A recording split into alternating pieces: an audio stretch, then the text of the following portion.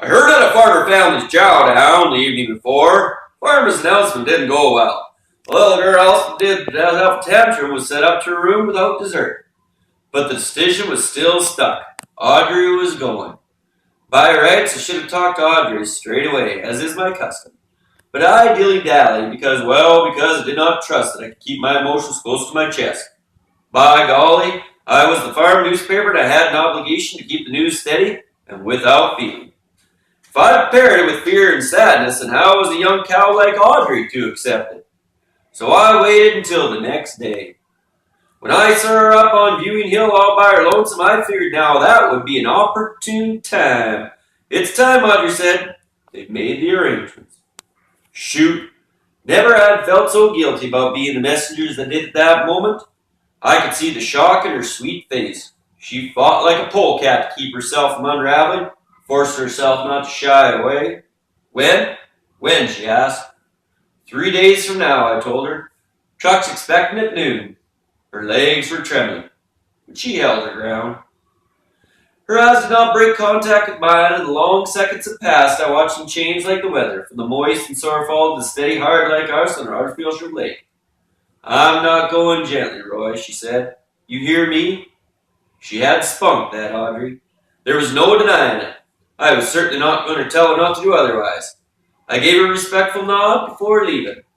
You do know what you need, Miss Audrey, and if help is required, I hope you not hesitate to call on old Roy. I was coming back to the barn with Dad and the sheep when we saw Roy heading up Viewing Hill.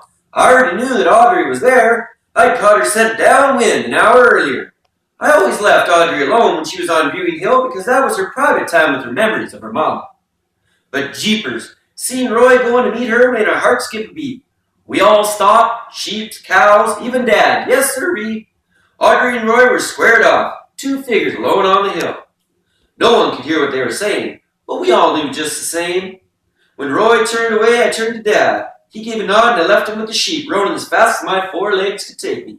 See, I hadn't forgotten about Abattoir, and I've been doing some pretty serious thinking. Aw, heck, I didn't have a plan or nothing, but I did have a plan about getting a plan. Yeah. I don't know if I've been as fortunate in your life to have as good a friend as I've had in Eddie. Mother said that Eddie and I used to cozy up to each other for the afternoon naps soon after I came into the world. Eddie never really had a chance to get to know his mother because he was brought to the farm as a little pup. Mother said Eddie was there when I was born, fascinated with the whole birthing process, wide-eyed and surprised at seeing how tall I was when I finally stood up.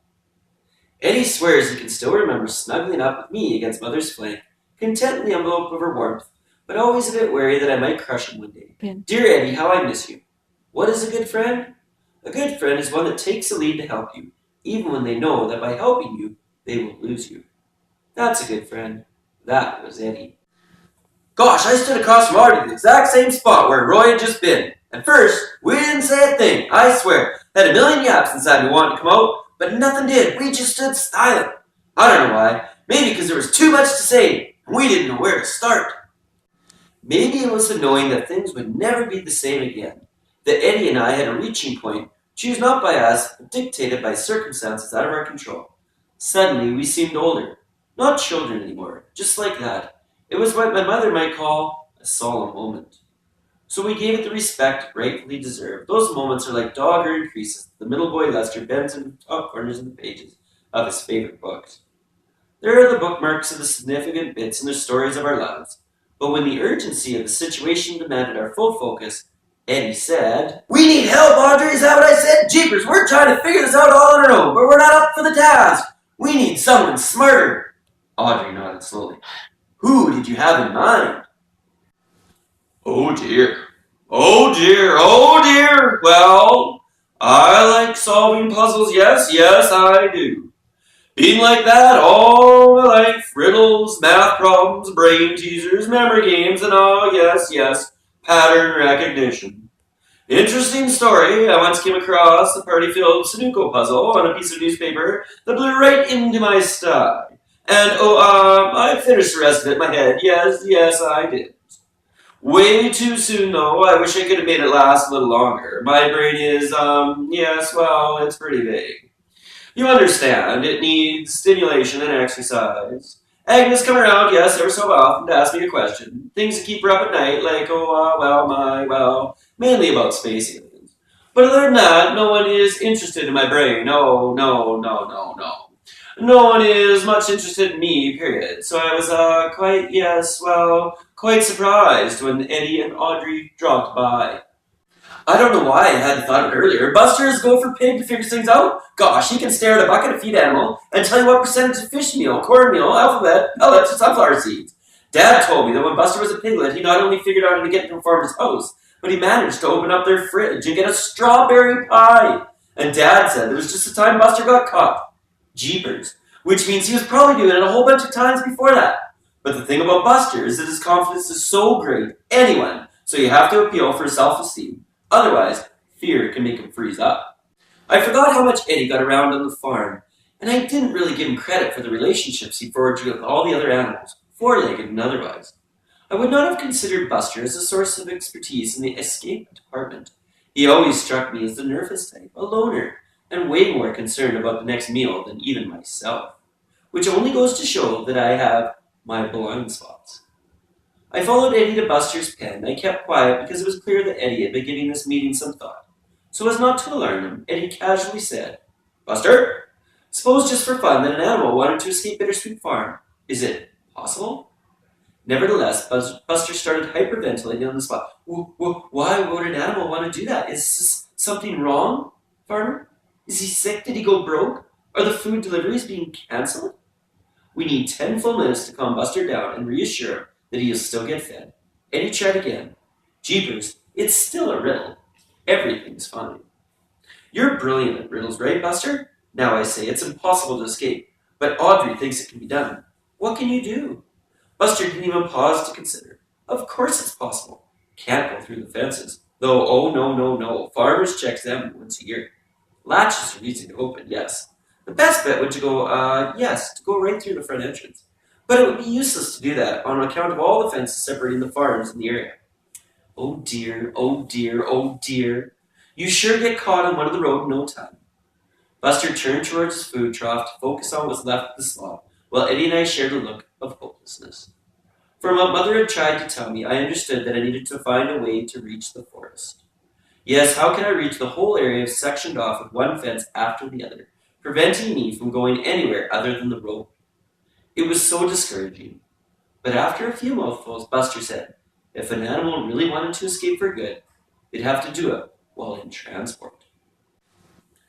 Audrey's ears perked up. Darn tootin', I knew why. See, Audrey's mom had told her a story about two cows who tried to get away while being transported on a truck. But the confusing thing was that the cows got caught, so they weren't sure what Buster meant. So Audrey asked him, would you agree that the forest is the best place to aim for?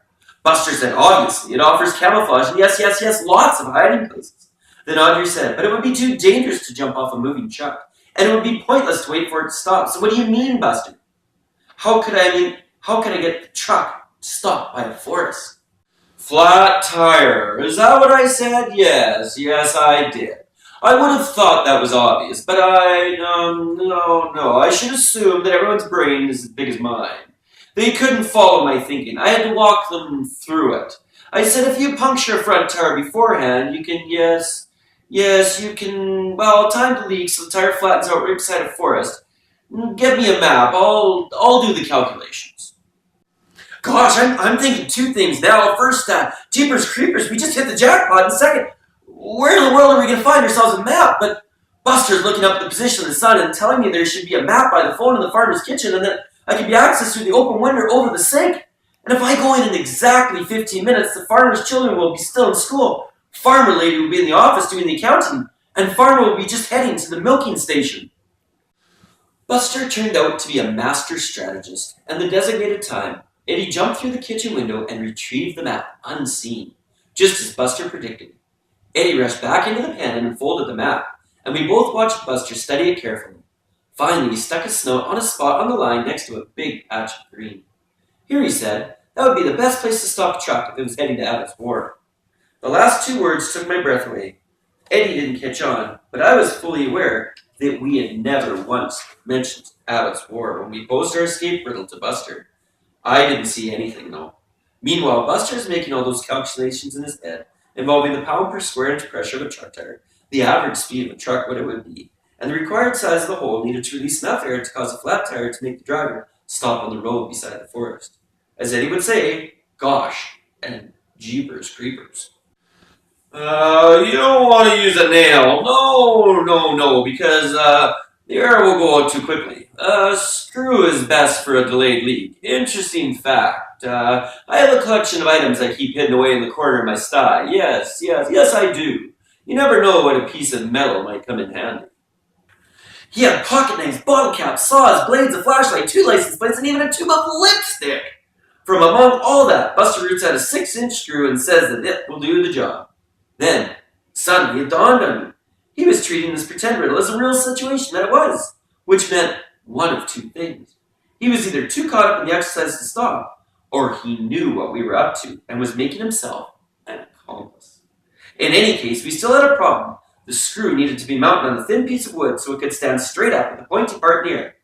That's where a human being with arms, hands, and thumbs had its advantages. Fortunately, Audrey came up with the solution. Hey! I reckon the carpenter would have approached the design with more grace, and certainly by using the screwdriver as well. But I appreciate that Miss Audrey came to me for assistance. Nothing like the strong clamp of a horseshoe to drive a screw through a piece of pine.